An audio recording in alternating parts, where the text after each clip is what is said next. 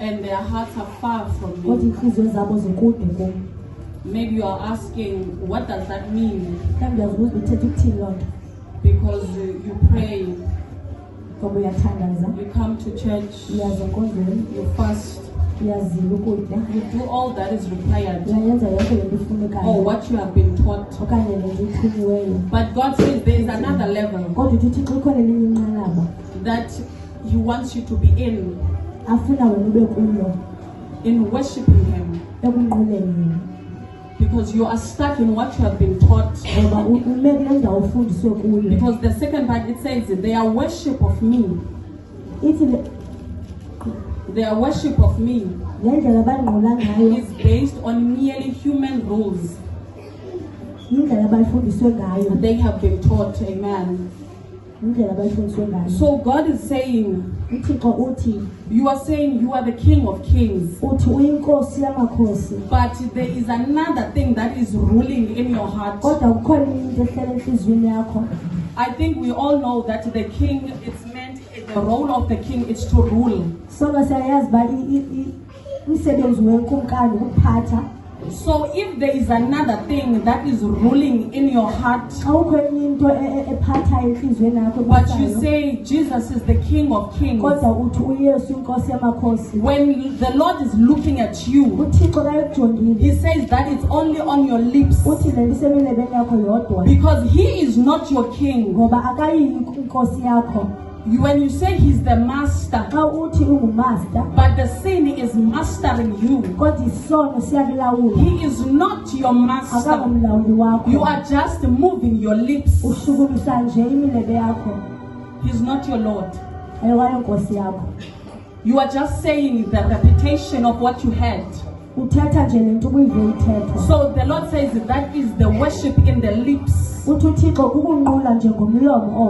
Amen. When you worship Him, when you feel like worshiping,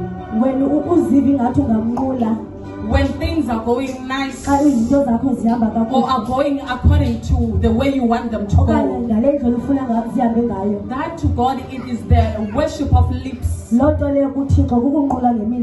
He says in John 4, verse 24, that God is spirit.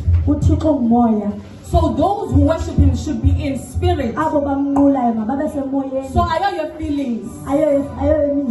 You must be in spirit. Whether you like it, or you do not like it, you should still bring the worship to the King. Amen. And He also says in Romans, that true worship, it is not just by singing, but there are many things that are consumed in your heart. But He says, offer your bodies as a living sacrifice. That is the true worship. He says, no, He's not looking for a song.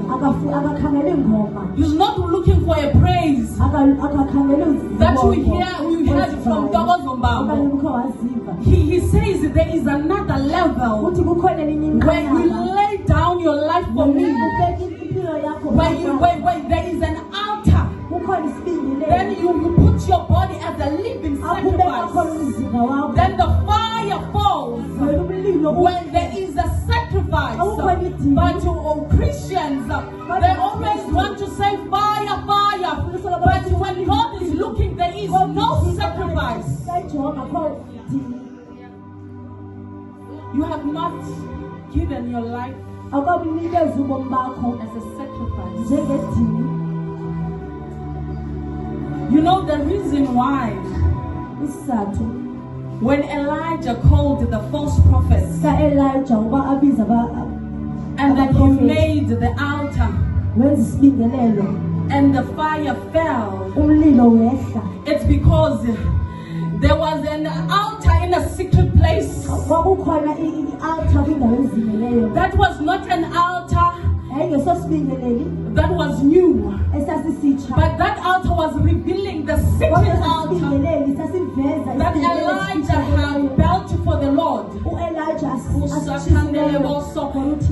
Jesus says, when you pray, go into a secret place and close the door, and the Father that sits in the secret place, He will reward you in the public.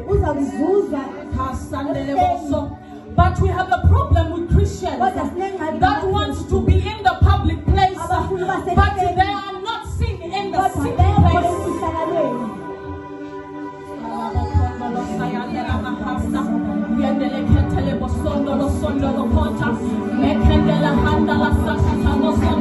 So Elijah, as he was making the altar, he was licking the level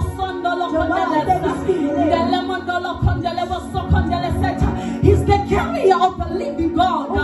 This is not something new. This is not something that someone taught him, but the Holy Spirit has taught him in the secret place. And when he puts the sacrifice,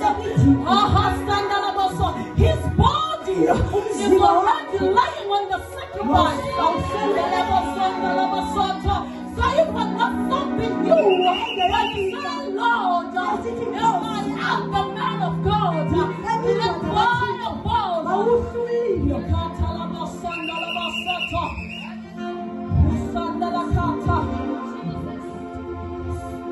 I'm here to talk about worshiping the King of Kings. Worshiping Him from the heart. A level where in your heart He's ruling. He feels that He's a king.